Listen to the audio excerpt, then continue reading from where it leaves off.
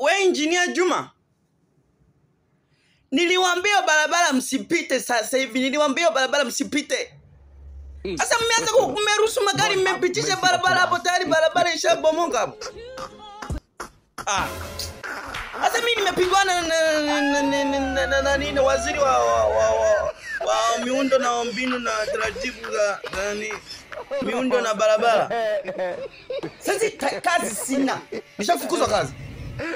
Naomba hapo nitumie 10 ya mboga nyumbani. Mmeharibu barabara ya kwenda Mbagala. Mimi sina kazi tayari kunishafukuzwa kazi. Naomba mjichange wote ambao mlikuwepo hapo. Naomba mjichange 5,500 10,000 nijue gani mimi naishije na familia yangu. Mmefanya mimi nimefukuzwa kazi. Wewe Engineer Juma wewe, fanya hivyo sasa hivi nione muamalo umesoma. Barabara huko ishaharibika huko tayari. Mambo yamekuwa sio. Kazi ishaota manyasi, nyasi zimeota kwenye kazi. Fanya hivyo sasa.